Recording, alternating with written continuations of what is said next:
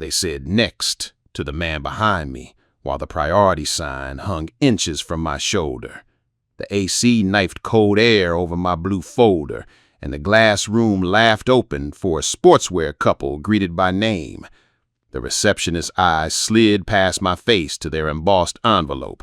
The guard drifted closer like a polite warning, and the manager arrived with glossy pamphlets and a chrome-bright smile, calling it a special option, while nudging me away from the custodial account I'd documented to the letter. Her tone tidy, her offer expensive, her courtesy hard as the acrylic sleeve catching lobby light. So I stood there with my great-grandson's hand on my jacket and the county clerk's stamp steady under my thumb, tasting citrus cleaner and warm toner as the room performed fairness for everyone except us. I breathed once, set the folder on a flat surface like a level, raised the phone to the consumer portal, and promised myself that before their practiced smiles could close the door again, I would make their own policies speak out loud.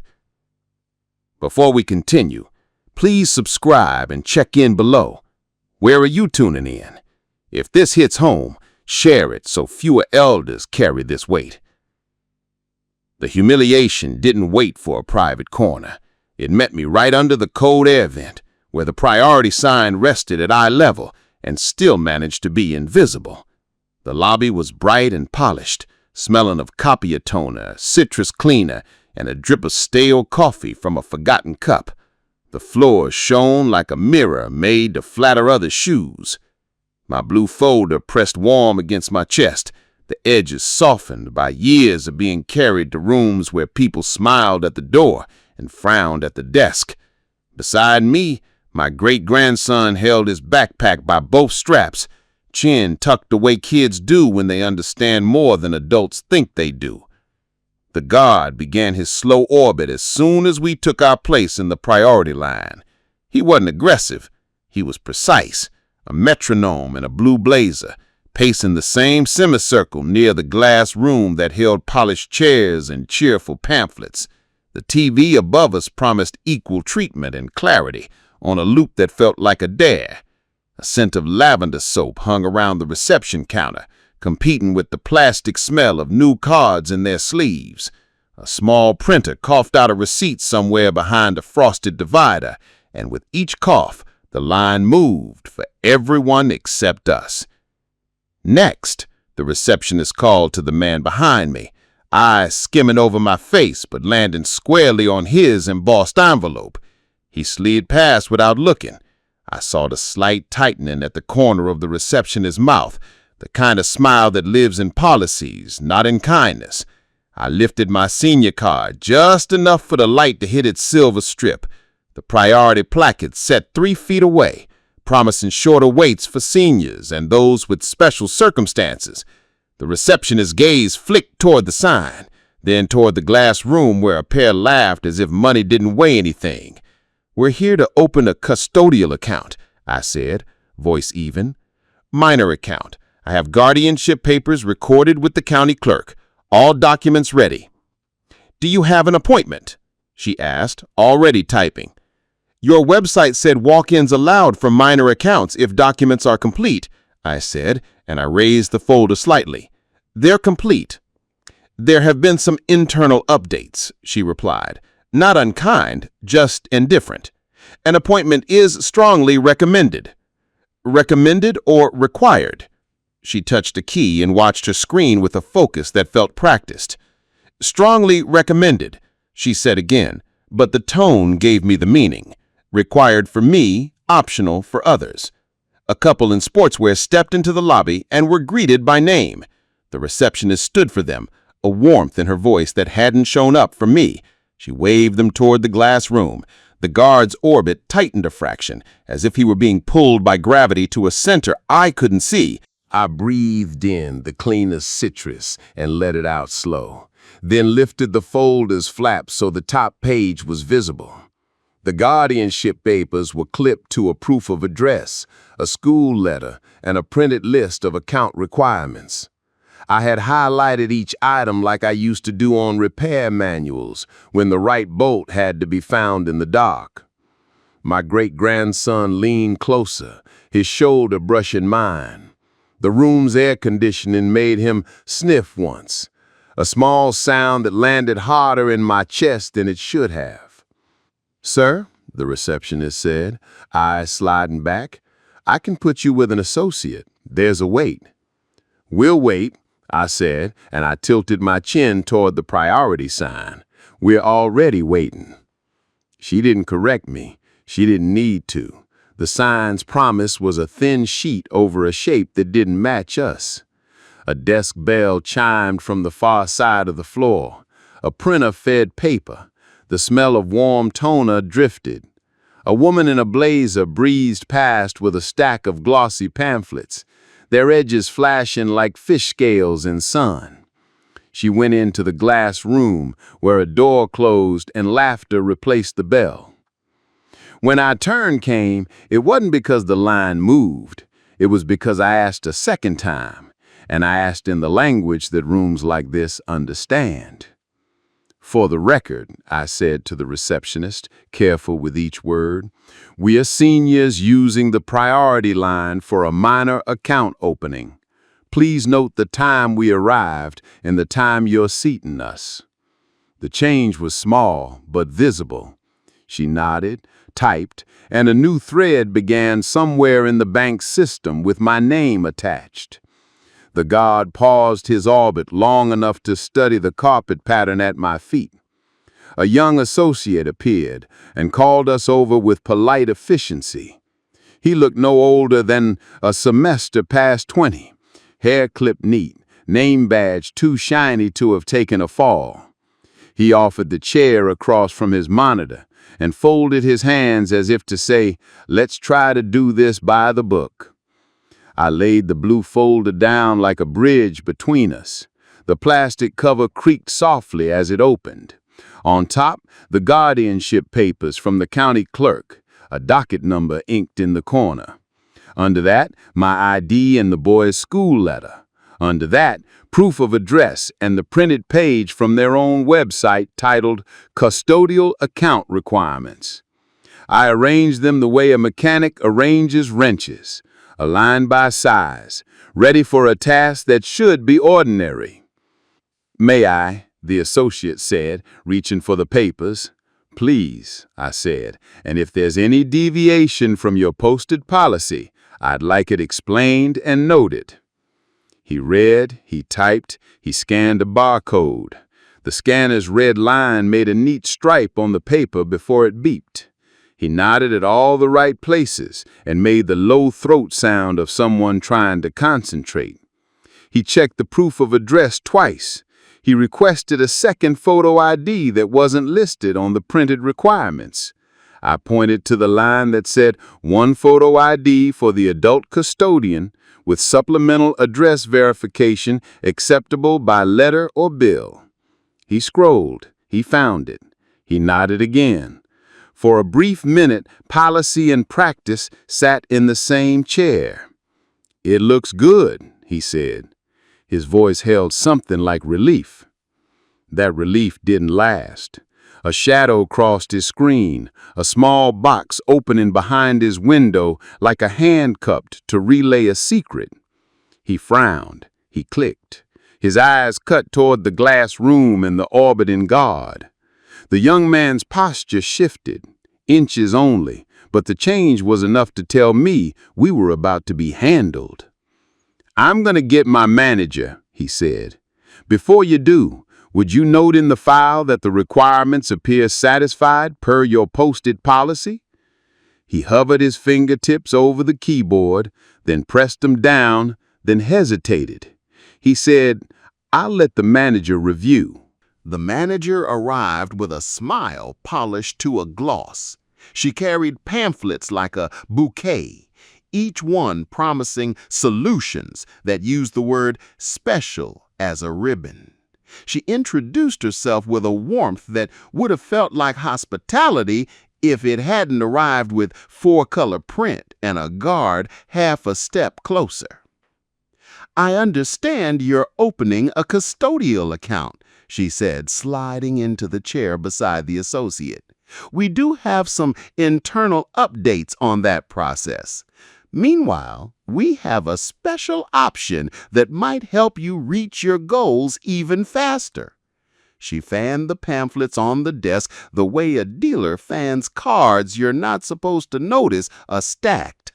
The photos showed smiling families and words like build, credit, opportunity, secure, flexible.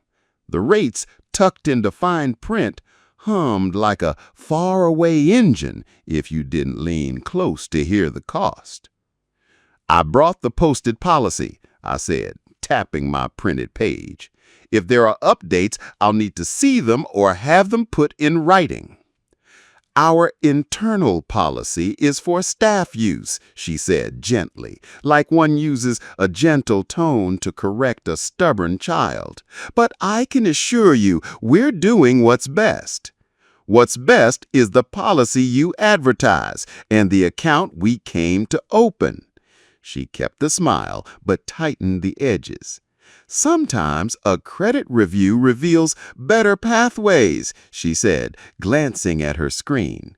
I'm seeing some opportunities here. If we consolidate a few things and adjust your revolving line, we can lower your immediate cash strain. We have a partner product that, for a small fee, provides a tailored solution, including— We're not here for a credit product, I said evenly. We're here to open a minor account with documents that meet your posted requirements. The boy sat very still. His shoes didn't touch the floor, and he swung them once, a quiet arc, then stopped. He looked at me, not at the manager. He knew. He didn't know the language for it yet, but he knew the shape. A door that said enter when read from one side and wait when read from ours. The guard leaned near enough to be felt. He wasn't looming, he was nearby, the way a signpost is nearby in a narrow road. His radio hissed a soft burst and then silence. The AC drifted cool across my hands. The associate watched the manager's mouth instead of the policy sheet on his desk. The TV above us ran captions about community values. The citrus cleaner made the air taste metallic at the back of my tongue. I'll need a written reason for any denial, I said, not raising my voice. If you're unable to open the account, please provide me with a written explanation referencing the specific criteria unmet and print me a copy of the posted policy you're applying. The manager's smile thinned. She rotated a pamphlet toward me as if the paper could change the room's geometry. We want to help. This option is designed for families in transition. There's a small starter interest and fee, but it builds. I turned the pamphlet over. The fee wasn't small. The interest wasn't a starter. It was a starter that never seemed to end. I set the paper down and slid the guardianship document closer to the edge. The docket number in the corner sat there like a stamp you can't rub off. We can also schedule an appointment to revisit this. Next Wednesday morning, that will give us time to do some preliminary checks. We came with documents. We completed the requirements you posted. I'd like you either to process the account or put in writing why you can't. Her eyes ticked to the glass room. Inside, a client shook hands with a man in a tie and walked out smiling, pocketing a new card sleeve on the way to the door. The guard shifted. The associate cleared his throat. Let's do this, the manager said, shaping the tone into something that sounded like a favor. Let's step into the glass room and talk through a few options. We can make this smoother for you. Options that include the account we requested, I said, and folded my hands. Options that fit your situation, she said, and left the other words hanging. My great-grandson looked up at me. There was no fear in his eyes, only a question about the rules of rooms. I rested my palm on the blue folder so he could feel the weight of it, the way you press a photograph flat on a table to show that it won't blow away. I could feel the pulse in my wrist against the plastic, steady but harder than it should have been. I opened the folder wider. The plastic smell lifted up. The guardianship papers looked back like a small wall made of pages, clerk stamp, docket number, signatures. The proof of address sat under them, neat as a folded shirt. The printed policy lay to the right, highlighted lines glowing faintly in the lobby light.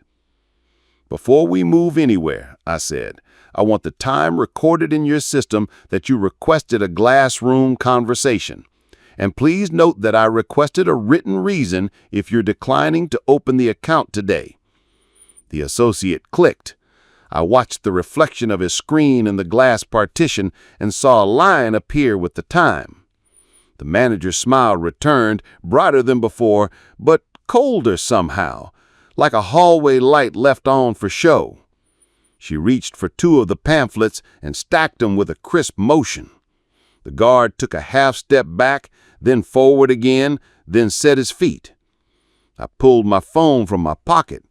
Not to record video, not to perform. To make a record the way I was taught to do when the rules on the wall don't match the rules in play. The Consumer Protection Portal's icon sat on my home screen where I had put it the week my neighbor told me about his own afternoon of smiles and closed doors.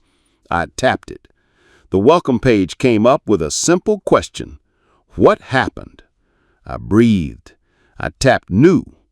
The portal opened a form with boxes for names, dates, branch address, summary. I typed what I could in short lines: arrival time, priority line, posted policy, documents presented. I attached a photo of the policy page with my highlights. I attached a photo of the guardianship docket number. I attached a picture of the priority sign and the lobby clock. The form's breath was steady, patient. When I hit continue, the portal generated a case ID and started a window for supporting documents, 30 minutes, counting down in a slim bar at the top. I felt the minutes the way a mechanic feels a bolt that's halfway threaded. It can hold if you don't wrench it wrong. I showed my great-grandson the timer so he'd know what time feels like when it matters. He nodded once, solemn. The manager stood up, holding the glass room keycard between 2 fingers in a gesture that aimed to look helpful and landed like a hook. "Sir," she said, "let's step inside and sort this out. We can give you our full attention there." "I'm using the portal to record the process," I said. "And you're welcome to do that," she replied, smile intact. "Let's just step inside so we can ensure privacy and comfort while we work through this." The word privacy did a slow turn in the air. Privacy is the cousin of erasure when it is used at the wrong moment. Across the lobby, a copier started a new job. I could smell the warm paper. A child in another chair laughed at a cartoon on a phone. The guard rested one hand on the glass door's frame and looked at the floor, then at my shoes, then back to the floor. I glanced at the portal's slim bar, 29 minutes, 41 seconds. "Please note," I said to the associate, "that I am submitting a complaint through the consumer portal with a case ID. Please attach that to my file." He typed. The reflections line lengthened. The manager lifted the pamphlets again, lower this time, as if they were a prop she didn't need to hide. "We're here to help," she said. "Sometimes the best help starts with a conversation in a quieter space." Quieter meant off the floor, away from the clock, away from sight lines. Quieter meant no more smell of toner and cleaner and the faint chemical ribbon of new plastic sleeves.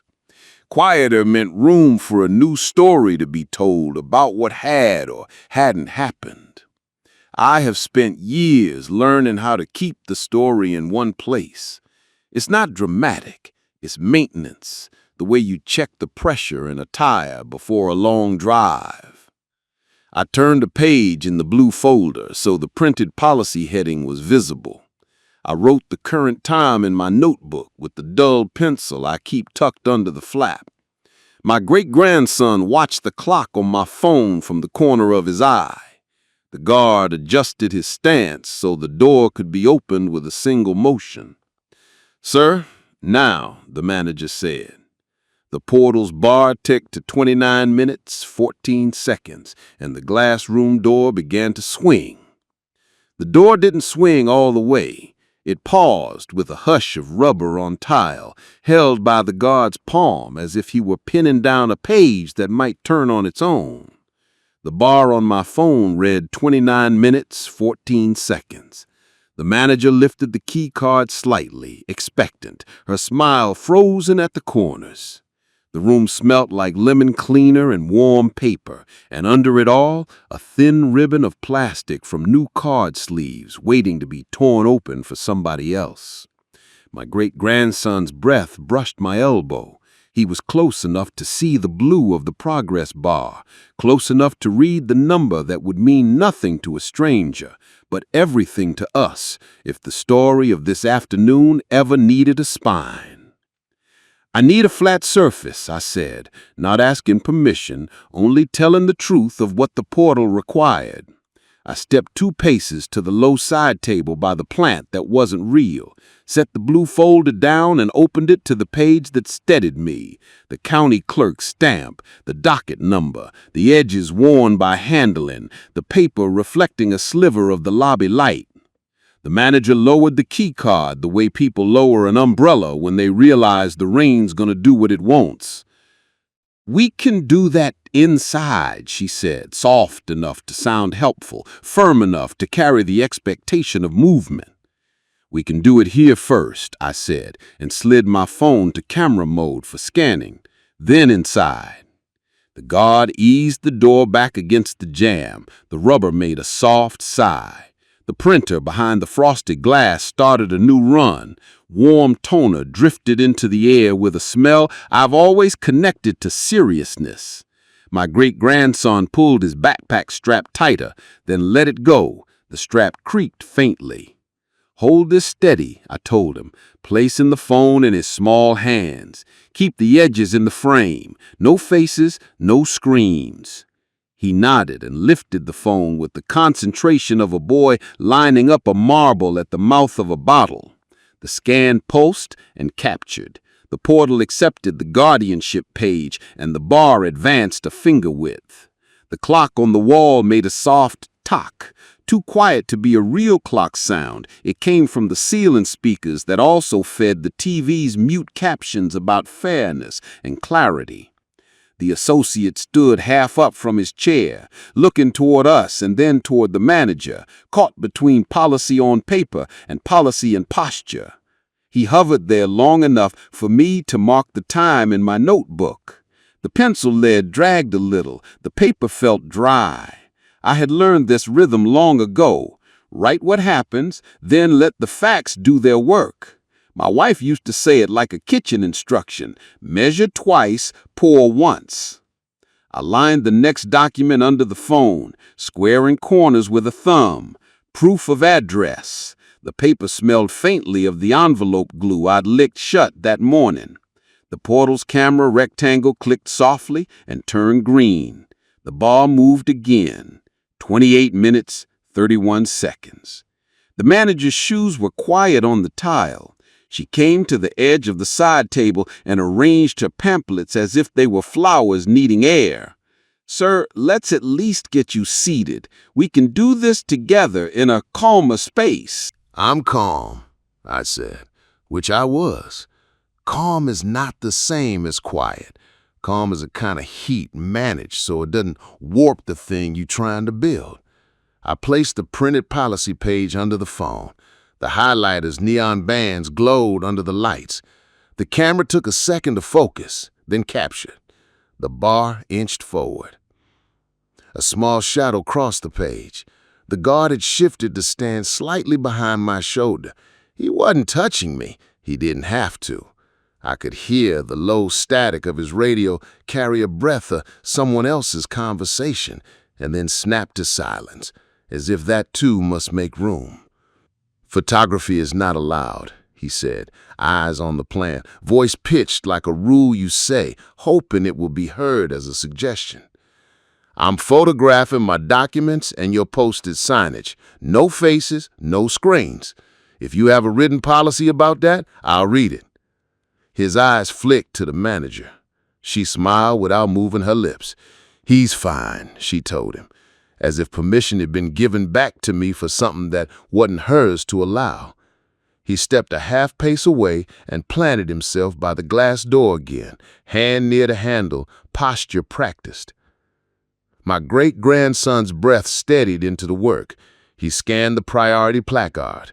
The reflection of the overhead fluorescence made a haze across the plastic. He adjusted angle until the words were sharp. Shorter waits, seniors, special circumstances. The portal accepted the photo with a polite chime that I felt more than heard. 27 minutes, 50 seconds. "Let me help you," the associate said, coming forward with a clipboard. He was young enough that his helpfulness didn't have a sales angle yet. "If you list names, I can confirm spellings." "Thank you," I said, and I read off the badges gently, adding timestamps as if I were writing the minutes of a meeting nobody wanted to admit was happening. He spelled them out, and for a small moment the process felt like what it should have been: a service, a cue, a set of steps. Then the manager placed a new pamphlet on the corner of the blue folder, a soft tap like a card turned face up. "Financial wellness for seniors." The cover showed a man my age laughing at a screen with a younger person. "Learn the basics," it said, in a font that tried to be friendly. I looked at the short paragraphs promising to explain interest and fees, as if my years hadn't taught me how compounds are the only snowball that rolls in July. "I don't need that," I said, and slid the pamphlet back without looking at her face. Many of our senior clients find it clarifies things," she said, removing the pamphlet and replacing it with another, flexible credit options for families, especially when there are changes in credit lines. "Are there changes in mine?" I asked, pen over paper, not because I didn't know the answer, but because questions asked on the record can keep a story from being rewritten later. She looked at her screen. She didn't answer directly. "What we want to do is avoid strain," she said. "We can review accounts holistically to ensure you're set up for success." I wrote that down too. Avoid strain, review holistically. Words that can be bent to fit any day's weather. The porter flashed a small box. "Add narrative summary." I typed concise lines with callous thumbs. Arrival time, priority line ignored, documents presented, request for written reason if denied, suggestion to move to glass room, pressure toward high-interest products, request to continue at side table to complete record. The box expanded as I typed. The cursor blinked like a slow heart. "Do you want some water?" my great-grandson asked, barely louder than the printer's hum. "No, son," I said. "Thank you. Hold steady, please." He nodded and kept the phone framed. A bit of hair had escaped from under his cap and stuck to his temple with a shine of sweat. I wanted to brush it back, but the scan was too close to done, and I did not want my hand in the frame of what might be asked for later. He swallowed, and in the swallow I heard the hush of 1,000 rooms where boys are told to wait while adults decide what they deserve. The young associate rechecked the posted requirements page. His finger followed the line slowly, as if reading with touch could make the words harder to ignore. One photo ID for the adult custodian, proof of address, guardianship documentation recorded with a public office, minor's information as applicable. No appointment required, walk-ins accepted when documents complete. He glanced at the manager's face, at the guard, then back at the line. I saw a small furrow gather between his eyebrows, as if a new idea were trying to find a place to live. "We can seat you," he said. "I have a station. We're seated, I said, placing the blue folder flush against the table's edge. We'll follow you when I finish this submission. The manager exhaled through her nose, the way people exhale when a plan takes one step backward. She muted her smile. Sir, this would be faster if It will be correct if, I said, and let the sentence end there the way my wife used to end a recipe step when the rest of it depended on watching not the timer, but the dough. A woman in a bright sweater approached the reception counter and was moved to the front.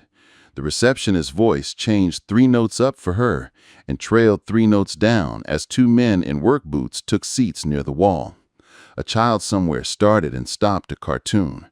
The screen's colors made our side of the lobby look briefly like the inside of a candy store and then faded back to office light. The portal's bar pulsed. 26 minutes, 12 seconds. A new field opened. Request resolution preferences. I checked the options that fit like bolts. Written reason for any denial, copy of policy applied, acknowledgement of documents received, preservation of relevant branch footage and screen logs for time range listed. The field asked for consent to share the complaint with the institution. I checked yes. I wanted the record to be the same record in every room. Do you understand the difference between a custodial account and a joint account? The manager asked, voice smooth. I do. She said, because sometimes older clients conflate the two. We just like to ensure there's no confusion. Not confused, I said, and tapped save. She set another pamphlet down halfway and pulled it back, a move that looked like it had been practiced in trainings when someone told her when the hand should be confident and when it should be soft. We all want what's best for the child, she said. This is about setting him up early. It is. That's why we're doing it this way. The guard changed feet. The floor made a micro squeak under his heel.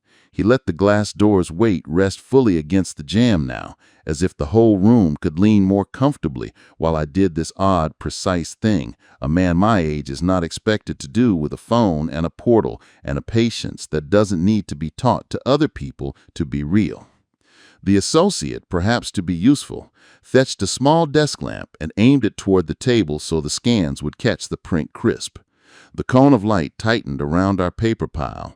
Dust motes floated lazily through it, slow snow in a room with fake plants and true rules. The portal asked for names of staff involved. I entered titles and badge names, double-checked spellings from the associate's clipboard. I did not write judgments.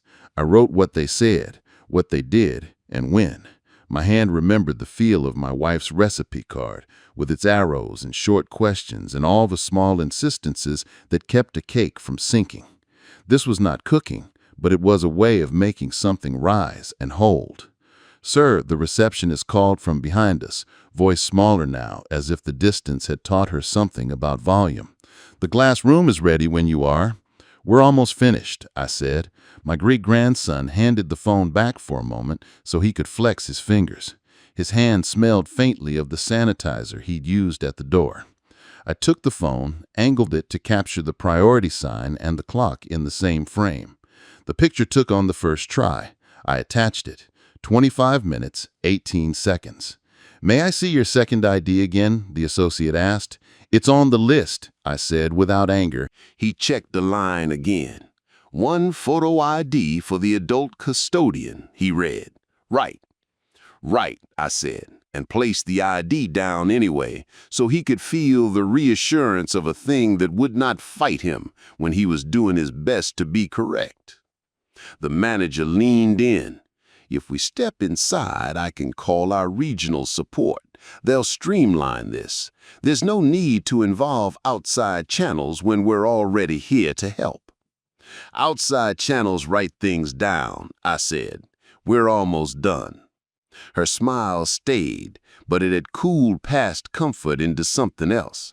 Polite firmness, the kind that reshapes a line you have waited in until you realize you aren't waiting anymore. You have been placed. She glanced at the guard again. He didn't move. The TV captions filled with the words community trust. The letters felt like they were performing for someone else. I took a breath and let it out slow. a breath like checking fluid levels under a hood. The smell of cleaner was sharper now. Someone had wiped down a desk we hadn't used. Under it, I caught the mellow paper smell of the cheap printer, saturated after 3 back-to-back jobs. The portal opened a final prompt, add supporting notes. I typed a short line, requesting written reason for any denial, will request supervisor review, continuing process in lobby before moving to private room. I hit submit. The bar rolled to the end, and then, in a small animation that should have felt like a finish line, but didn't, it returned to a thinner, lighter blue. Upload window open for additional files for 30 minutes. The case ID appeared again, bold on the screen, with a line that said, an investigator may reach out during business hours. Case ID, I said to my great-grandson, and read it out. He repeated it back without looking at the phone twice, the way you memorize a new house number when you don't want to forget what makes you belong where you live. The associate looked at the posted policy once more. He licked his lip and leaned in. If you ask for a supervisor, they have to note it, he said quietly, eyes on the neon lines I had highlighted last night. It starts a clock. Thank you, I said. I wrote starts a clock in my notebook with the time. The manager collected her pamphlets again, edges square. All right, she said, as if shifting into a new plan. Let's take this conversation to a space where we can really focus. I'll bring in support so we can resolve your concerns. Resolve is one of those words that can mean silence if you're not careful. I slid the blue folder closed halfway and kept my fingers on the edge. My great-grandson adjusted his cap and took a breath. He glanced at the glass room and then at me. His eyes were clear. He wasn't asking me to make a speech. He was asking me to keep track, the way I taught him to count lug nuts when we change a tire so none end up rolling under the car. I told him, bring your notebook. We'll note the time we go in. We stood. The blue folder made a small suction sound coming off the table's laminate. The plant's leaves didn't move. The air vent above the glass room breathed cool air in a steady stream that played with the hair at my temples. The guard's hand returned to the door handle, gentle, professional. The manager's key card touched the sensor and made a discreet chime, a polite invitation to privacy. Before we enter, I said, turning to the associate, please add the case ID to my file. He nodded and typed it. I saw the reflection of the numbers in the glass. The characters looked reversed and correct at the same time, like a word on an ambulance, meant to be read by someone coming toward you fast. The manager stepped back to allow me to go first. I didn't. I waited long enough to write the time in my notebook, and long enough to feel the small tremor of the HVAC through the door's metal frame. The guard's hand returned to the door handle, gentle, professional. The manager's keycard touched the sensor and made a discreet chime, a polite invitation to privacy. Before we enter, I said, turning to the associate, please add the case ID to my file. He nodded and typed it. I saw the reflection of the numbers in the glass. The characters looked reversed and correct at the same time, like a word on an ambulance, meant to be read by someone coming toward you fast. The manager stepped back to allow me to go first. I didn't. I waited long enough to write the time in my notebook, and long enough to feel the small tremor of the HVAC through the door's metal frame. My great-grandson stood to my left, close enough that if I reached out my hand by accident, I would touch his shoulder, and on purpose, I did not. He didn't need me to hold him up. He needed me to hold the line still. A tiny reflection trembled on the glass, not from the room, but from the screen inside it. Someone had opened a video call window and minimized it. The edge of a tile hovered in the corner like a pilot light. The associate saw it too and seemed to decide to be useful again.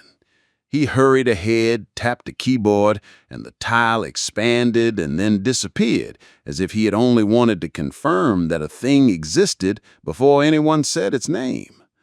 "Ready?" the manager asked. I looked at my phone. The window for additional uploads counted down with the slowest confidence in the world. 24 minutes, 2 seconds. I cracked the blue folder open just enough to see the county clerk stamp again, the ink sitting calm and flat, nothing dramatic about it. My wife would have told me to straighten the top page before walking. She always believed that the posture of paper could teach a person how to behave. "Ready," I said, and then I stopped for one last breath and one last line in my notes.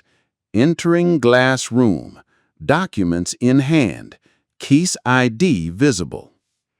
The door swung wider on its well-oiled hinge, and I stepped forward with the blue folder against my chest, my great-grandson at my side, and the case ID bright on my screen, just as a new window blinked open on the farm monitor and a regional supervisor's name flashed once before settling into silence.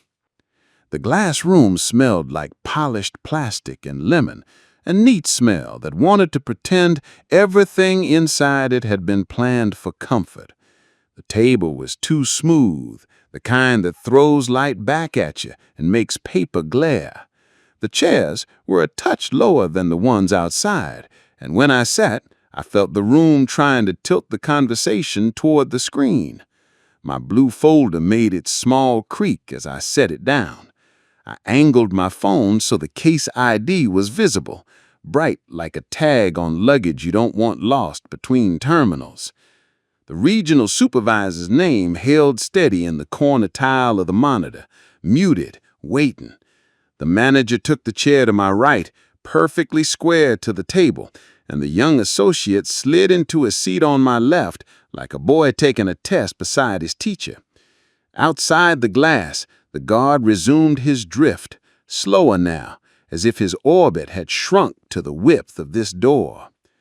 "Let's go over this together," the manager said, voice gentle, palms open and a practiced sign of collaboration. "We want to make sure we're all aligned." Aligned is a word you use when something is off and you don't want to say where. I nodded and opened the folder halfway. The county clerk stamp caught a ribbon of light. My great-grandson sat one chair back where he could see my phone, my notes, and the policy printout at the same time.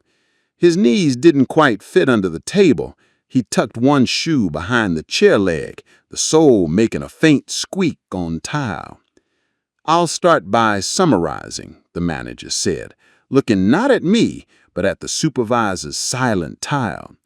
He clicked into a screen with tabs labeled in small gray words that were meant to be read by people who forgot what words looked like to anyone else. I caught in the reflection on the glass a tab that said guidance. He flipped past it. He shouldn't have, because guidance is where the answers live when you're trying not to guess. "Thank you," the supervisor's voice came through at last, tinny and evenly polite. "For everyone's clarity, I'd like the posted policy shown on camera." She spoke in crisp phrases, the way nurses used to talk to me when they wanted me to trust that their steps were the right steps. The manager matched her cadence, an echo in a smaller room. They floated a phrase that felt like a cloud trying to be a rock: preliminary risk review. It hung there. I wrote it down. The associate adjusted his keyboard to create the sound of competence. The guard's radio crackled and then dimmed, as if embarrassed to be heard. "I want to be respectful of your time," the manager said, turning to me with her smile set at medium. "Sometimes there are flags that suggest alternative products are a better fit before an account is opened. Flags arrive like weather. If you're not watching, they become the reason you cancel the picnic you packed before sunrise. I laid the guardianship page where the supervisor could see the docket stamp. This meets your posted policy, I said. If there's a flag, I'll need it explained and cited, and if you decline, I'll need it in writing. The supervisor made the affirmative hum people use when acknowledging a thing without committing to it. Let's not jump ahead, she said. Staff, please walk through the internal review steps. Internal review stepped into the room like a quiet person wearing heavy shoes. The manager pointed. The associate clicked. A small box opened on his screen. Not the kind meant for customers, the kind meant for people who sit in rooms like this on weekdays and know where fields hide. I only saw the box for a second in the glass reflection, a shorthand entry that looked like a code you'd find on a mechanic's work order when a part is back-ordered. The associate's pupils tightened. He tried to move a window in front of it, like shifting a book to cover a stain on a table. Can you read what that says? I asked, voice steady. We're just reviewing, the manager said, too quickly. These are internal tools. They don't always translate to the customer experience. Read it, I said again, because sometimes the act of saying a thing out loud is the beginning of putting it back where it belongs. The associate's voice shrank a notch. It's an internal status, he said. It says declined for risk. The supervisor went quiet long enough for the air vent to take over the room. My great-grandson looked at me, and I saw the question in his face take on a new shape. It wasn't just will they or won't they, it was how did they decide before they even looked. He didn't say the words, his eyes did. Please note the time that status posted, I said, opening my notebook. And please note that I requested a written reason for any denial. The manager regained her smile. These are preliminary tools, she said, as if the word preliminary were a blanket she could lay over the cold thing on the table and make it warmer by saying it.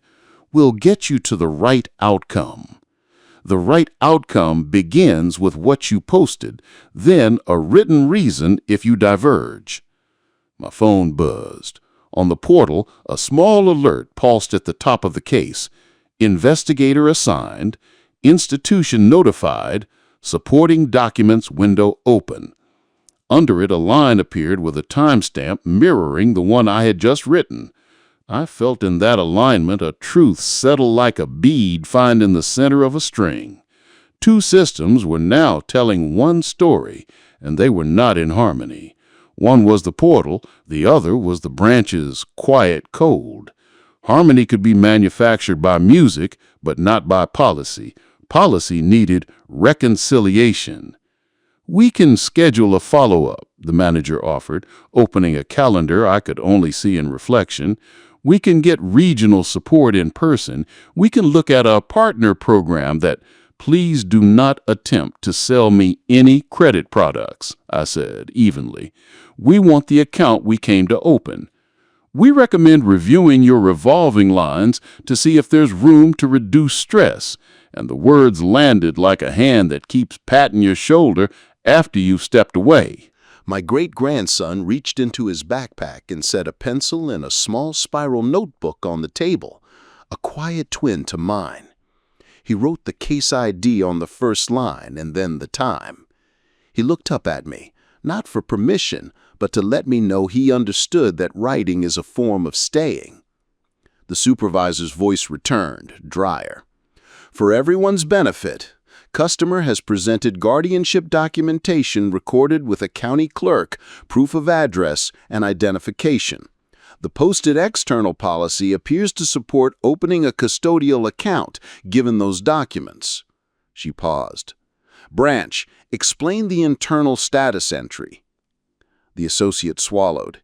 It's an automated flag, he said. Sometimes it triggers when there's incomplete data or a mismatch. What mismatch? The supervisor asked. He scrolled. I heard the roughness of his finger on the trackpad, the nervous rhythm of someone who feels the heat and is trying not to burn. He leaned closer to the screen. It references a risk parameter, he said. There's not much detail. The manager cut in. Which is precisely why we recommend a conversation about alternative pathways, she said, pivot soft as a hinge. We can help him and his family today without these obstacles. Obstacles are what you call rules when you want to sell a ladder. I wrote the words down anyway, because even the wrong words tell you where the person speaking is standing. My wife used to say a label on the wrong jar will still teach you what handwriting you're dealing with. Please show me the section of internal policy that allows an automated flag to override posted requirements, I said, looking at the supervisor. And please note on the record that I am requesting that in writing as well. The supervisor didn't commit. She softened the request into the shape of the institution. She said, let's separate processes. There's external policy and internal risk review. We need both to be satisfied. That's fine, I said.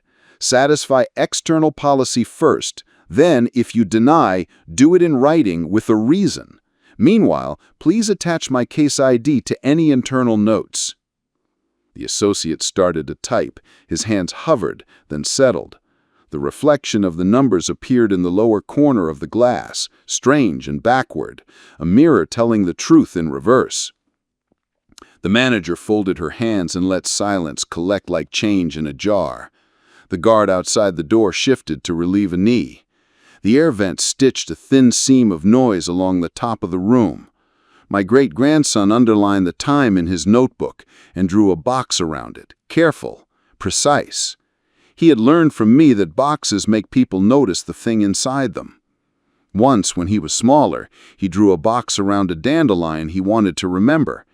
And when we came back a week later, the mower had gone over it. But the box he had sketched on the walk with a piece of chalk had left a ghost line on the concrete. He still thought of the flower as living inside that outline. "Sir," the manager said finally, "if you will allow us to proceed with a financial wellness review, I may be able to reverse this flag with a different path today." "No," I said. "Proceed with the account we requested, or provide the denial in writing." Her smile left for a heartbeat. In its place, for just that blink, a face showed that belonged to a woman who did her job well in rooms like this, and had learned which doors open when. It came back, but now I had the person who moves the pieces. It wasn't a villain's face. It was a professional's face, caught between a code and a counter. The associate clicked into another tab. A training memo slid up, dated months ago, small type and a gray header. He scanned it and paused when he reached a section that matched the neon lines on my printout, almost word for word. He looked at me, then at the manager, then at the supervisor's tile. "That memo," I said softly, "read the header." He did. "Minor account opening, documentation and verification." He read the bullet points. He tapped a line with his finger as if to prove to himself that the screen might let him through if he showed it he was gentle. The supervisor cleared her throat in a way that sounded like a decision being delayed. "We'll need to reconcile these two inputs," she said, "the external policy and the internal status. Reconciled is the opposite of erase, but I've seen it used to do the same job." My phone buzzed again. The portal posted a note. "The institution has acknowledged receipt. Their response window has started." Under that, in smaller type, a reminder: "You may attach additional files for 21 minutes. The numbers fell like beads on the string I'd imagined earlier, each one landing with a click that could not be unheard. "While you deliberate," I said, "please note that I am requesting preservation of relevant camera footage and screen logs for the period indicated in my notes." The manager smiled through her teeth. "We follow all applicable standards," she said, which is not the same as yes. "Please put that on the record," I said to the associate, who typed it with the kind of accuracy usually reserved for spelling tests in front of strict teachers. Then the small screen tremor happened. The associate opened a different window to check something, and a line of text surfaced for a second. Appeal window, short. He covered it quickly with an informational box about customer satisfaction, but it was too late. The words had pricked the surface and made the pattern visible beneath. "What's the appeal window?" I asked. "Sir," the manager said, now in that tone that tries to keep a person from stepping where the floor is wet, "this is a standard internal process. We'll handle it for you." "How long?" I said, looking at the supervisor. The associate glanced at the clock on the wall and then at the corner of his screen where the tiny words had lived. "It's brief. Hours, not days." The supervisor let out a small exhale. "We should not let this linger," she said, as if speaking to herself. The room pressed in 1 degree. A cooler breath from the vent touched my cheek. The lemon cleaner rose and faded. Outside, the TV ran a loop about local scholarships. The captions told me that opportunity starts with access. My great-grandson wrote appeal window in his boxy handwriting and then made his letters smaller, as if smallness might make the word less real. Humiliation has a smell when it repeats.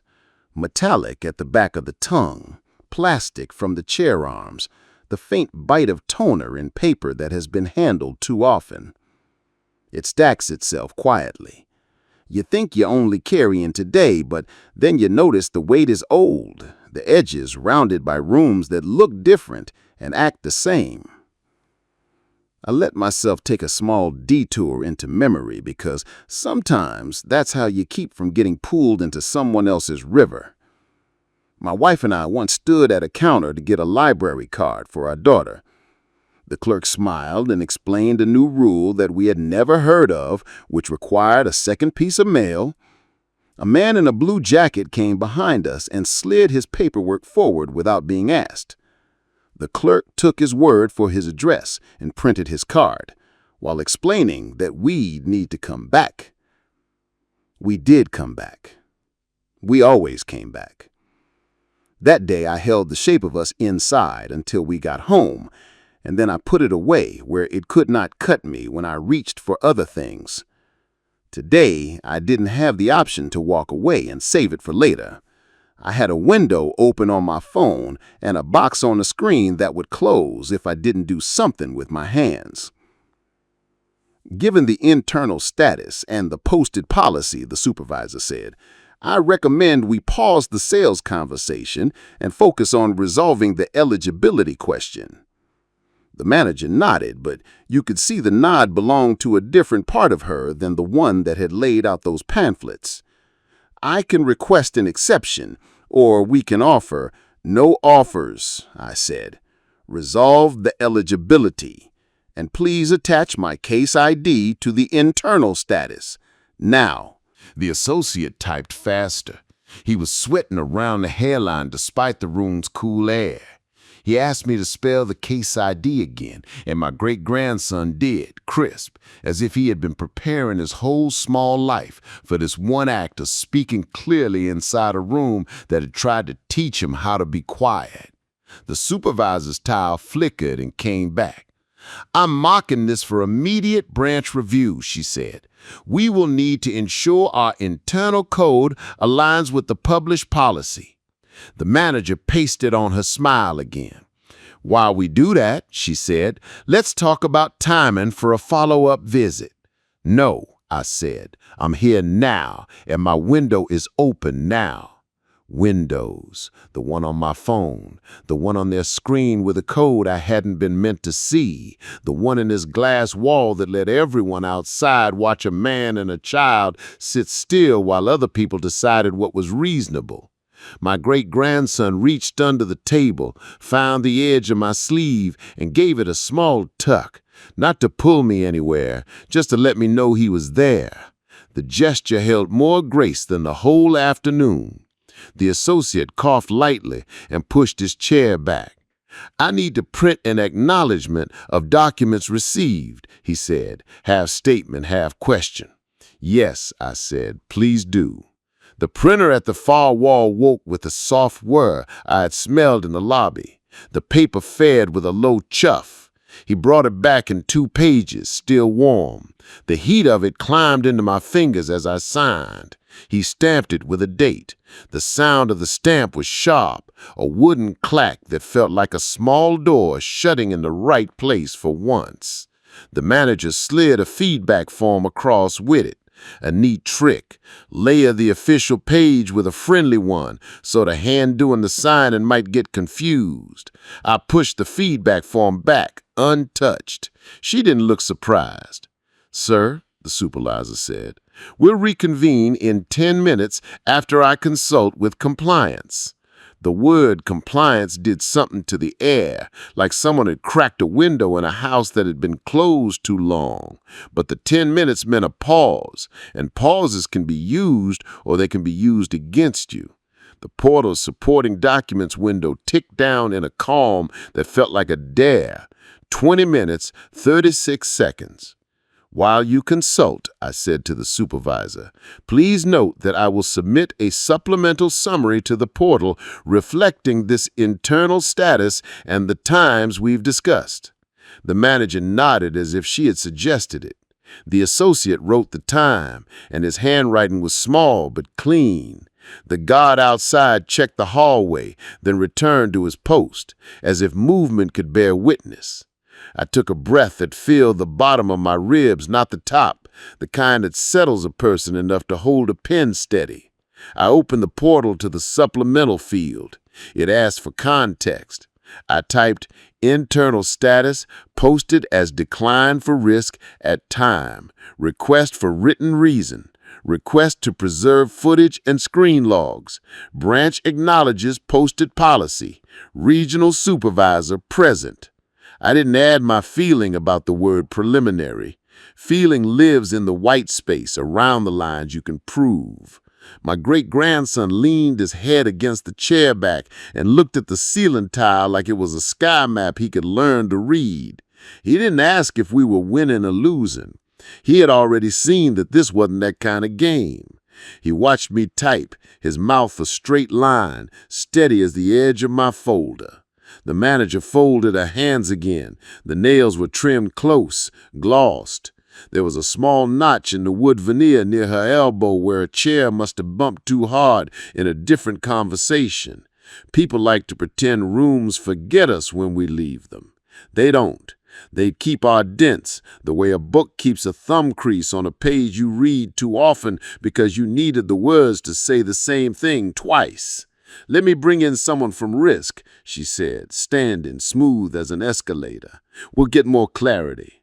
Clarity had become a word that meant wait. The associate asked if I wanted a copy of the training memo. The manager said that wasn't necessary. The supervisor said at the same time that it would be helpful. Their voices overlapped on the last syllable, and something inside me, quietly, chose which person in that pair was aiming for the right map. The printer started again, slower this time, as if the machine had grown thoughtful. The paper slid out. The associate glanced at the header and then at me, then at the manager, who pretended she hadn't seen him look. He clipped the pages together with the small silver clip that clicked softly when it closed. He slid them toward me. I placed the memo on top of my printout, the words lining up like train tracks that could take you to different towns if you didn't read the signs. I felt for my pen, wrote the time, and underlined it. The supervisor's tile dimmed, not gone, just in that way screens rest when the person behind them mutes to talk to someone else. The room's lights hummed. The lemon cleaner tugged at the back of my throat. My phone's window crept down another minute. I thought of my wife's way of smoothing paper and how she'd always straighten the top sheet before any difficult call, as if the act could make the conversation remember its own edges. The manager reached for the door. The guard opened it with a gentle finger, making room for her to pass. The hallway let in a smell of hallway, that blend of carpet glue and old air that every building carries like a memory of its first day. She stepped out. The door swayed on its hinge and then settled back to its slot with a soft kiss of rubber. The associate arranged his pens by length to give his hands something to do. My great-grandson tapped his pencil eraser on his notebook twice, a heartbeat of sound, then stopped. Outside the glass, a couple laughed at the counter, and a burst of warm paper smell from the printer added a varnish to the air. I looked at my notes, at the portal, at the training memo, at the case ID, at my boy's neat box around the words appeal window, and I understood that the next thing I asked for would decide whether these two systems, their code and my complaint, would be forced to face each other on paper or allowed to circle like separate planets. I lifted my pen, looked straight at the associate, and chose the lever. If you're still with me, tap like, drop your opinion in the comments, and share. Your voice pulls more chairs to this table. I chose the lever that would make two stories meet on the page instead of slipping past each other in polite silence. I asked the associate to open the note field tied to my visit and type exactly what I said. Then I spoke slowly enough for every word to fit. Attach the case ID from the consumer portal to the internal status that reads, declined for risk. Reference the time the status appeared. Note my request for a written reason if you intend to deny. Note my request to preserve camera footage and screen logs for the period in my notebook. And add that I am presenting the posted policy, printed and highlighted, alongside the training memo on the screen. He typed with a careful rhythm, keys clicking like rain that knows where it needs to fall. The manager watched, hands folded. The regional supervisor stayed muted, her towel dim but present, like a porch light you leave on when you expect a visitor. I felt the table's veneer under my palms, too smooth, dry, faintly warm from the lamp the associate had aimed at our papers. The lemon cleaner scent met the soft dryness of copy paper and the whisper of the HVAC at the edges of my hearing.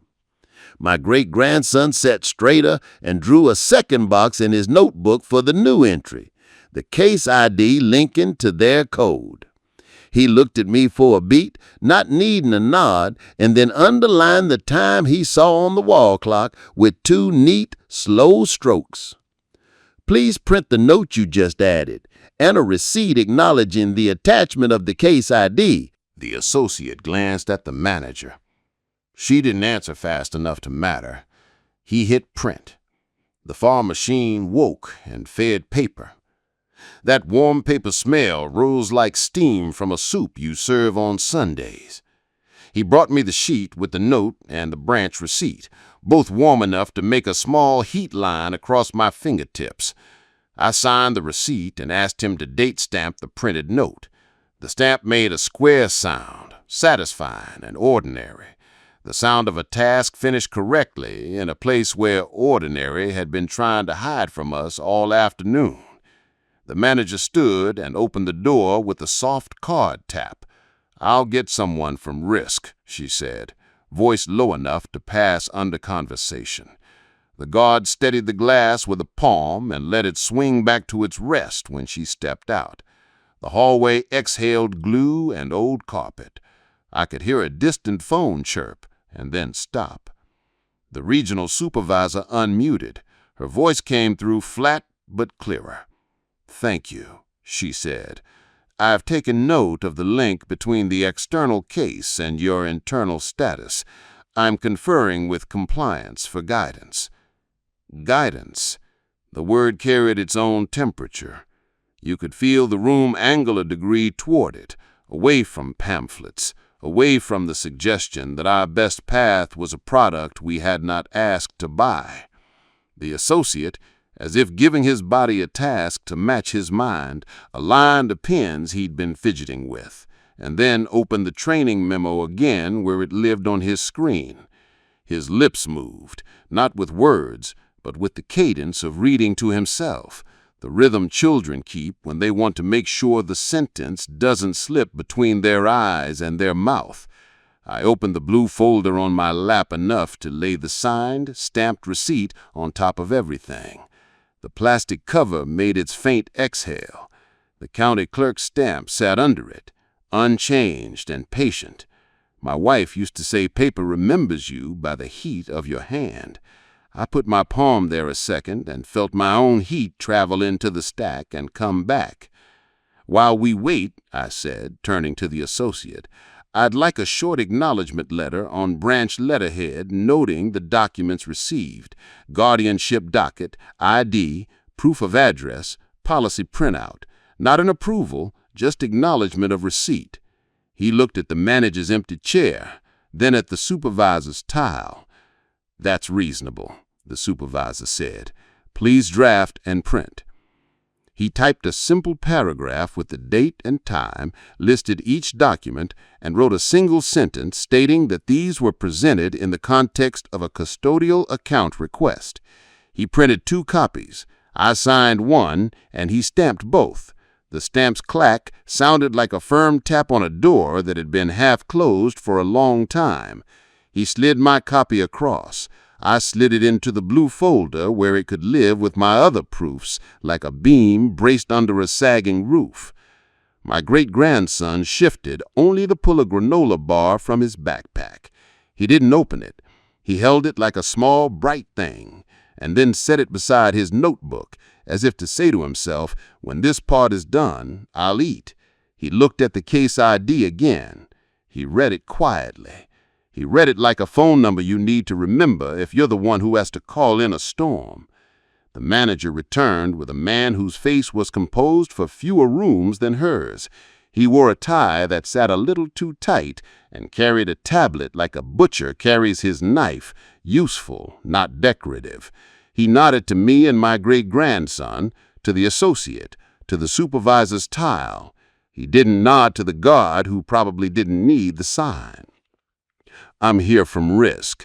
We need to understand the trigger that posted on this file." "Good," I said. "We can understand it together. The posted requirements are here, highlighted. The training memo you updated is here. My case ID is attached to your internal status, and I've requested preservation of relevant footage and logs." He took the chair the manager had vacated. His cologne was faint, barbershop clean, and beneath it a thread of coffee he had probably been carrying since late morning. He balanced the tablet on the table's edge and unlocked it. The screen reflected faintly in the glass wall, a second horizon where things moved in reverse. He scrolled. I watched his face more than the reflection. "This flag is not a denial," he said, and for the first time this afternoon, the sentence landed in the center of the table without waddle. "It is an alert that requires review." I wrote it down with care. He watched me write it down and adjusted his phrasing a hair, like a man pruning a branch so the tree grows where he wants it. "The alert is not a denial," he said again. "The alert requires review." "That review," I said, "must occur under the posted policy, which is here." "Noted," he said. "We also consider internal parameters." "Noted," I said back, "and the portal case ID is attached to your note, so the story is one story." He tapped the screen and spoke in low code to the supervisor that meant nothing to me and everything to the machine we were sitting inside. The supervisor asked him to read the internal short description of the flag. He did, voice steady, unembellished. It referenced incomplete verification and a risk variable tied to a field that had not been populated by the associate because the field wasn't on his customer-facing checklist. He looked at me and at the policy printout and at the memo, and then at the associate whose ears had pinked up around the edges. "So we have a mismatch," I said. "Field not in the customer-facing process, but present in your internal flow. Posted requirements met, alert posted. Please note, the alert is not a denial." "Noted," he said again. The manager, back in her chair, took a breath that seemed designed to re-enter the room with guidance. While risk reviews this, she said, we can still consider products that, no, the supervisor said, gentle but final. Pause sales. The manager's smile adjusted its wattage. The guard outside turned his head away to give the moment a bit of privacy it didn't need, but appreciated. The associate looked at his hands and then at the posted policy like a student deciding where to rest his eyes when the test asks a question that conflicts with the study guide.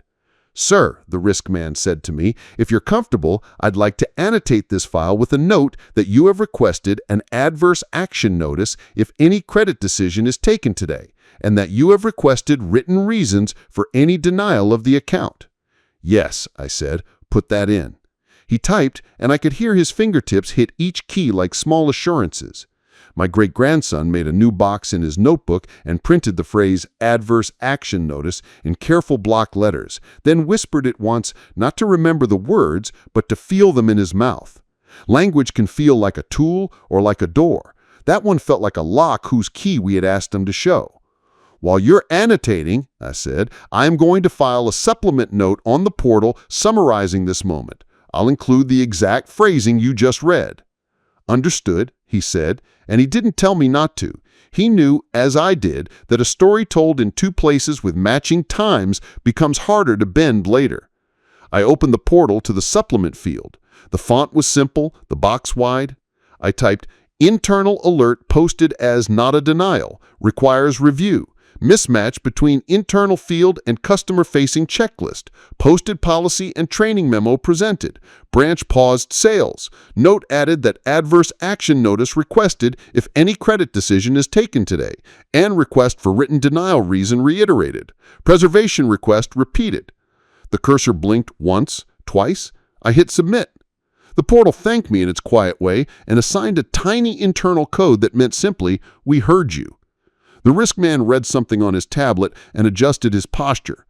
"We'll need a moment with compliance," he said to the supervisor. "We should make sure our internal field is not being used to shortcut external requirements." The supervisor's tile brightened a degree. "Agreed," she said. "I'll bring compliance in on the call." That thread closed one subplot for the afternoon. The possibility that we would be guided into a side door disguised as a solution while the front door stayed locked. The side door had been named and set aside. I felt my chest loosen a notch, not from relief, but from alignment. Even the guard, whose job it was not to feel these things, glanced at his shoes and then out at the lobby where the TV talked about scholarships again. The associate printed one more page without being asked. A checklist he'd found for minor account intake, the one that should have been used from the start. It matched my printout line by line. He slid it across for my review. I didn't sign it. I set it under my policy printout with the training memo and tapped all three into a neat stack with my knuckles, a carpenter's habit from years of making edges true before the screws go in. "May I said to the manager, "borrow your stapler?" She handed it over without speaking. I stapled the 3 pages once at the top, firm so they wouldn't slough apart when the room's momentum shifted again. The click sounded like an amen spoken through metal. "Sir," the receptionist said from just outside the glass, careful not to step in without invitation. "Do you need water?" She held up a paper cup already filled, condensation beading. For a second, I saw the person she is when she's not being measured by a scream. I took the cup. The water tasted cold, pure in that filtered way that tells you the building trusts the machine downstairs more than the pipes that have been here longer than any of us. I thanked her. She nodded and went back to her desk. We were still in real time, and real time is where small tasks become anchors. I asked the associate to email the acknowledgement letter to my address and to the general branch mailbox with the case ID in the subject line. He did. I felt my phone buzz with the copy, then buzz again as it arrived in the branch's own inbox. The loop closed. I forwarded the email to my great-grandson's school account that I help him manage, so he would have it too. not because he needed to act on it, but because a record handed to a child says, "This is how we keep our names." I asked the risk man to read the exact phrase on his screen about the alert one more time. He did. The alert is not a denial. The alert requires review. I wrote it again, underlined "requires review," then put the pencil down and pressed the edge of my hand to the page to flatten the graphite so the words wouldn't smear. In the shop, I used to run my palm along a board to find splinters before paint. That motion came back to me in this room and did the same job. Find what could snag, smooth it where you can. My great-grandson peeled the granola bar wrapper back just enough to take one small bite and then folded it closed again with the care of a boy saving something good for later. He swallowed and looked at me. His eyes still held the question about the rules of rooms, but now the question had a handle on it. The manager, to her credit, changed tactics. She said, "I'm going to schedule a short huddle with staff for the morning. We'll review intake procedures for minor accounts to align with the training memo and posted policy." "Please note that," I said, "not because the noting changed the morning, but because words that aren't written have a way of evaporating by noon." The associate typed the line in my file, "Branch to huddle on intake procedures." He added the time she said it and the time the printer stamped my acknowledgement. Each line was like a small nail holding a plank to a frame. The supervisor returned with a short update. She said, "Compliance will join in a few minutes. In the meantime, I recommend we document the intake, as we have, and prepare to reconcile policy with internal parameters on the call." That prepared the ground for what had to happen next, without pretending it had already happened. The temptation to write the end before you've earned it is strong in rooms where people carry authority in their lanyards. Today, the end was still ahead of us, and the work was here. Receipts, notes, stamps, attachments, a child eating a granola bar in 2 bites spaced 15 minutes apart. I took the 10-minute consult the supervisor had asked for and made it useful. I called the county clerk's general line from my phone with the speaker low and confirmed the docket number on our guardianship papers. The clerk's recorded message outlined hours and a number to reach a person in the afternoon. I didn't chase a human. I only needed the confirmation that the docket format and year were current. I wrote the details in my notebook and underlined the line that would matter later if anyone decided to doubt the ink in the corner of my document. I used the branch printer to run a single-page timeline from the notes on my phone. Arrival time, priority line, staff names, request for written reason, move to glass room, internal alert posted, case ID attached to file, acknowledgement letter printed and stamped, training memo printed, sales paused, risk present, compliance pending. The guard, with no drama, took a step farther from the door, adjusting his post so he was still near, but not a shadow. He glanced at my great-grandson and then at the case ID on my phone, then fixed his eyes on the lobby as if to say to himself that this was where his job lived, not inside a file. The TV scrolled captions about small business loans. The air vent was still steady. The smell of cleaner had thinned to something like lemons after the bowl's been emptied and the peel is all that's left. The manager made a list on her legal pad. Huddle, checklist, acknowledgement template, and tore it off to stick to the associate's monitor. The paper made a dry tear that sounded like a promise being made modestly, without ceremony. She didn't look at me for approval. She didn't need mine to fix the things she managed. That was her work. Mine was to hold the edges until the fixing could happen in the right names. My great-grandson leaned toward me and whispered the case ID one more time, then said the time. I nodded. I didn't put my hand on his head. I didn't squeeze his shoulder. He didn't need the comfort of being touched. He needed the witness of being heard. His breath was steady. He folded the granola wrapper into a tight square and set it on the table, a small metal-colored tile among the paper whites and grays. The supervisor's tile brightened as a second tile appeared next to it labeled Compliance. The new voice said, "Hello," level and not unfriendly. The risk man squared his tablet. The manager squared her pad. The associate aligned his keyboard with the edge of the table. I slid the policy printout, the training memo, the intake checklist, the stamped acknowledgement, and the timeline so they could be seen at a glance. Each header, a small flag planted in order. Before the call resumed, I looked at my phone. The portal's window for additional uploads still open, minutes still calm.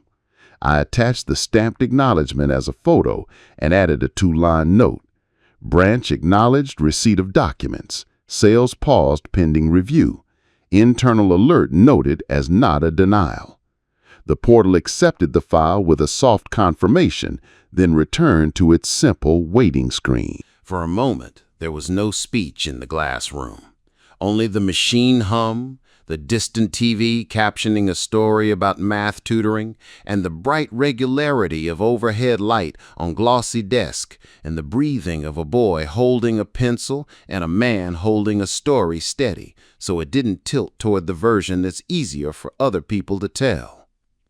I let my shoulders fall away from my ears the smallest distance. My chest didn't feel light. Lightness wasn't for today, but it felt arranged. The papers sat square. The blue folder was a rectangle that contained the afternoon in the exact terms I could prove. The smell in the room had become background, not message. The guard's distance felt like the right distance for a door. When the compliance tile fully brightened, I touched the edge of the blue folder to line it with the table and rested my hands on either side, palms down, fingers relaxed. My great-grandson set his pencil on the paper and looked at the headers like a student at the start of a clean test. The associate took one quiet breath. The manager set her pen down, tip pointing toward the word policy. The risk man lowered his chin to see the same line we all would see. I cleared my throat once to make sure my voice would come out the way I needed it to. Then I lifted my timeline so the dates and times faced the camera and waited for the call to begin. Compliance joined with a voice that sounded like it had been ironed flat and left to cool on a clean table. The regional supervisor invited me to begin. I lifted my timeline into the camera's view and read the lines the way I might read a recipe to a new cook who needs the order to stay the same each time so the cake will rise. Arrival, priority sign, documents presented, request for written reason if denied, move to the glass room, internal alert posted, case ID attached to the file, acknowledgement letter printed and stamped, sales paused, risk present, compliance on the line. "Thank you," the compliance voice said, and then asked to see the posted custodial policy.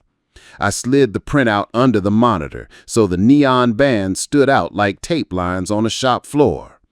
The associate angled the desk lamp to erase glare. The words were plain enough to be useful. One photo ID for the adult custodian, guardianship documentation recorded with a public office, proof of address, minor's information as applicable, walk-ins accepted with complete documents. The compliance voice asked the associate to read those lines out loud, and he did, slower than he would have alone, but clear. The room felt different when the words existed in the air and not just on paper. "Now read your internal short description of the alert," the compliance voice said. The risk man tilted his tablet and read it without embroidery. Incomplete verification due to an internal field not present on the customer-facing checklist. Alert posted pending review, not a denial. The manager sat very still. The guard outside turned his head just enough to signal he was listening without watching, a respectful distance I appreciated more now that the pieces were finally being named. "So we have a mismatch," the supervisor said. "Posted external requirements met. Internal alert tied to a field customers cannot provide. The compliance voice asked the question that moved the room forward. Under what authority would an internal alert supersede posted intake requirements for a custodial account presented with guardianship documentation and proof of address? The risk man answered in the way professionals do when the answer is that there is no such authority. It should not. The alert requires review. The posted intake must be honored. I wrote that sentence slowly. Posted intake must be honored. My great-grandson wrote it in his blunt block letters with his pencil, boxed it once, then put a small dot in the corner of the box like a nail driven to keep it from lifting. The compliance voice then walked the branch through steps that sounded like a checklist for fixing a fence after a wind you should have prepared for. First, attach the external case ID to the internal note. You've done that. Second, document that the alert is not a denial. You've done that. Third, process intake under posted policy while risk reviews the alert in parallel. Do that now. Fourth, produce written acknowledgement of documents received and written confirmation of any adverse action if taken. Acknowledgement produced, adverse action not taken. Confirm in writing. Fifth, schedule a branch huddle to refresh minor account procedures and pause cross-selling during intake. Schedule and note. Sixth, submit a brief to compliance about the internal field mapping that triggered this alert so guidance can be updated. Risk to draft, compliance to review. As the list unfolded, the room's temperature didn't change, but its pressure did. The manager's pen began to move in earnest. The associate moused to the intake form he should have used from the start and opened it with a small sound of relief. The risk man spoke to his tablet the way a shop foreman talks to a clipboard, naming what he would log and where it would live. The guard took one step farther back. My great-grandson took a small bite of his granola bar as if his body had been waiting for an adult to say the step that freed his appetite to continue being a child's. "Let's confirm one thing," I said, not to derail but to fix the finishing nail where it had to go. If any credit decision touches my profile today, I want an adverse action notice. If none is taken, I want written confirmation that none was taken. The risk man nodded without looking at me, which told me he already had the shape of that sentence on his screen. The compliance voice agreed. The supervisor repeated it once more for the notes. The associate typed, the keys making a soft, even pattern that felt like a heart settling into the right rhythm after a scare. The manager did something I respected. She named the sales pressure in words instead of hiding it in generosity.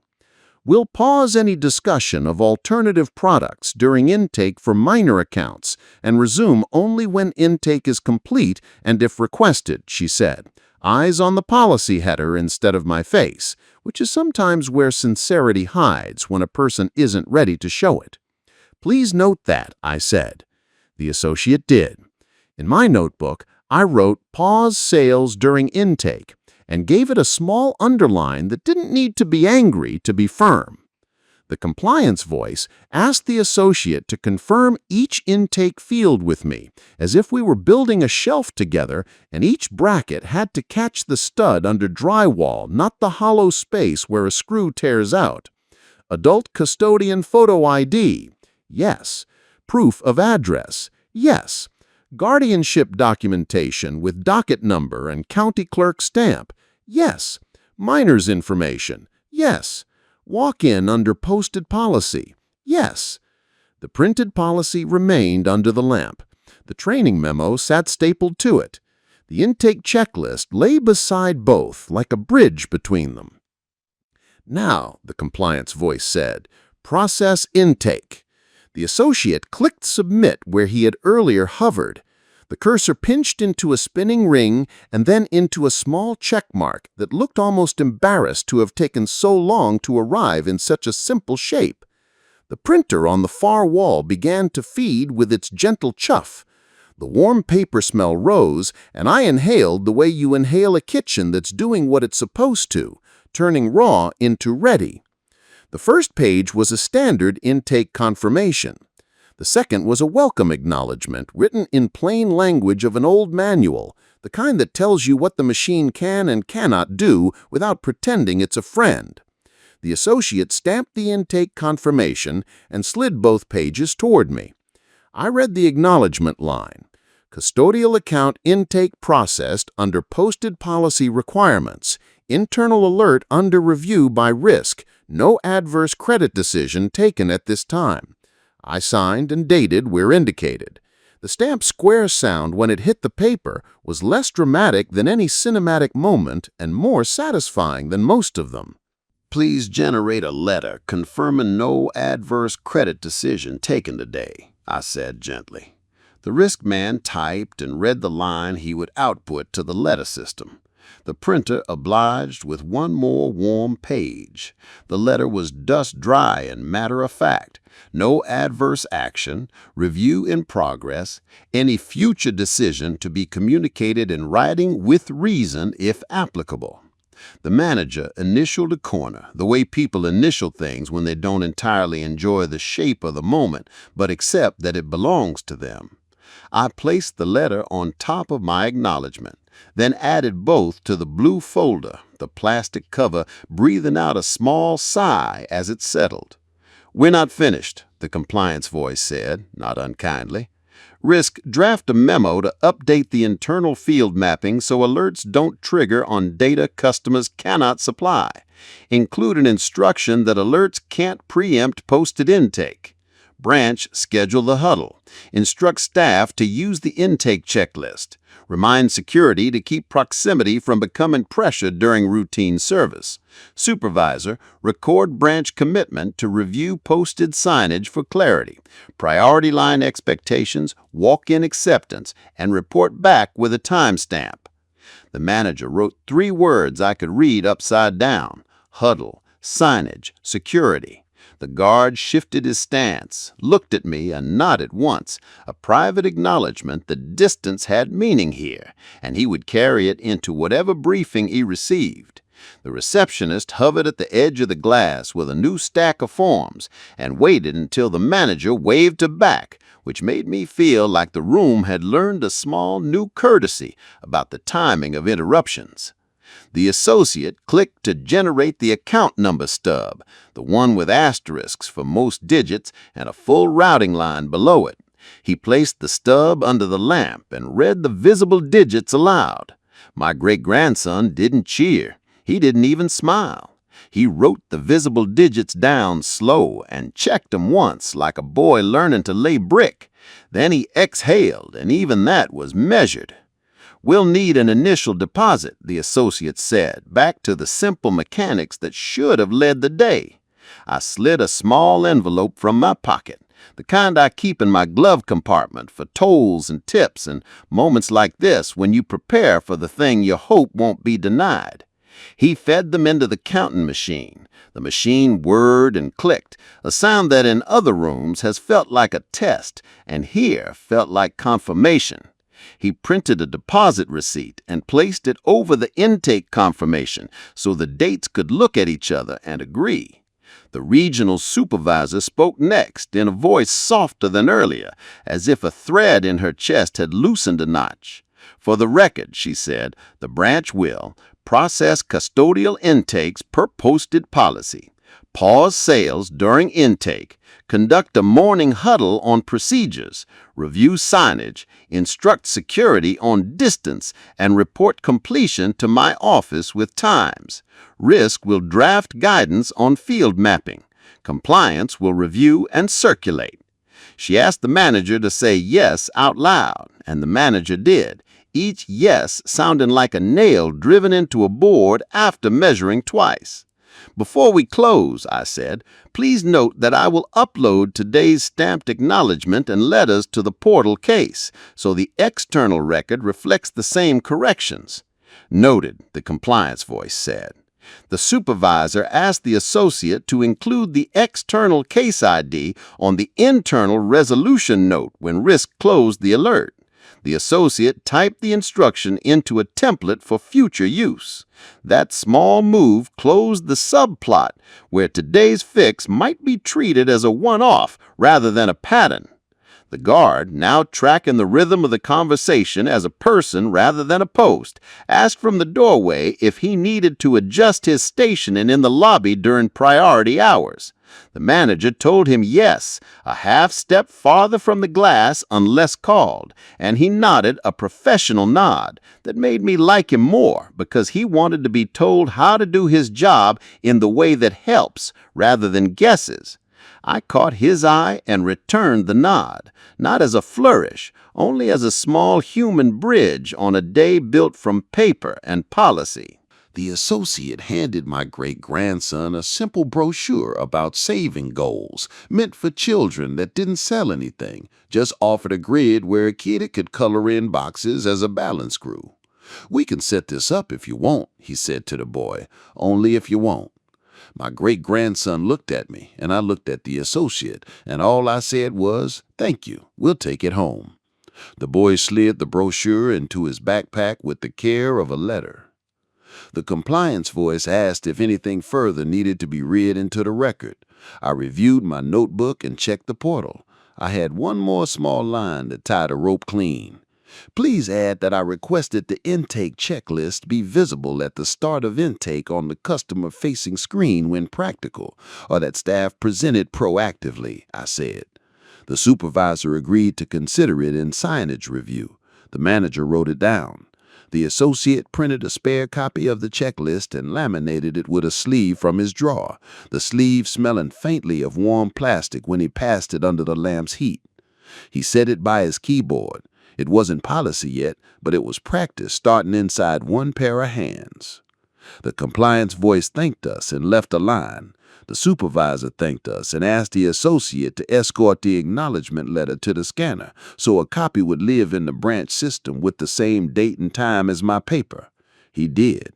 The scanner's light slid along the glass bar with a soft electric sigh.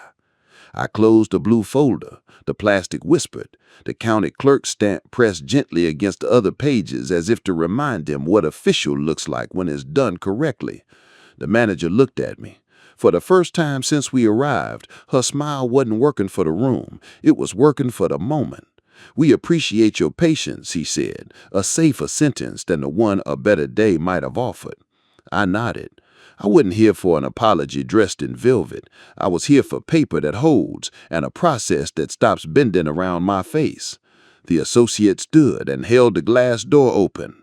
The lobby light felt different after the room's dry brightness. It carried the ordinary mix of toner and lemon and the faint sugar of someone's late pastry from a box on the receptionist's desk.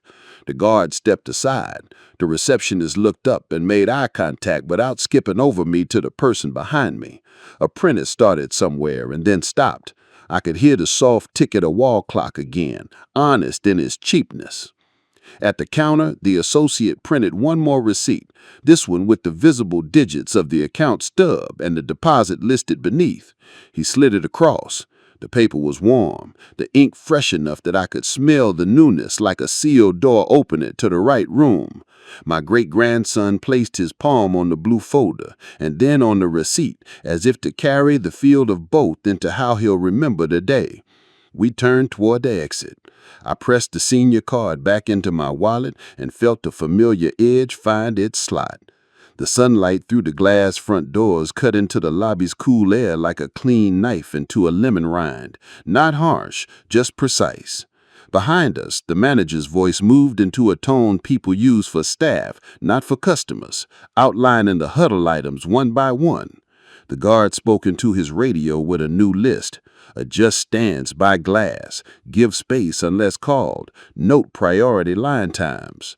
The associate, already back at his desk, set the laminated checklist where it would be the first thing he saw next time. The receptionist picked up a laminated sign that had slouched and squared it with the counter's edge. Outside, the day smelled like hot pavement and cut grass. The door's hydraulic made a hush behind us, and for a breath, I let the exact present replace the stack of old afternoons my body carries. My great-grandson lifted his face to the light and squinted. He said the case ID one more time and then said the visible digits of his new account stub, not to display anything to the world, only to align the numbers inside his mouth with the numbers inside his bag. I stood with the blue folder against my chest and felt the pages sit flush, not because the world had changed, but because for this one necessary hour, the rules had been forced to stand up in the same light for everyone. We didn't celebrate, we didn't need to. The measure wasn't in applause. It was in stamps, receipts, notes, distance, and a boy's quiet voice repeating the sequence he would someday teach someone smaller than him. I took a slow breath that reached the bottom of my lungs and let it out. The taste of toner and lemon fell away under the honest salt of summer air. We walked toward the curb, and my chest felt wide enough to hold both what we had to carry and what we had set down. My wife used to say that dignity is a level shelf, not a stage, not a pedestal, just a place where things don't roll off. In the glass room, we had leveled the shelf, not with anger, not with spectacle, but with paper, time, and the steady weight of names written where they belong. That was enough for today. That was the work. When rules are written for everyone, respect has to be written too. Talk can make a promise, but paper makes it true. Did this move you? Like, subscribe, and say in the comments how you'd handle it with your family. See you in the next chapter.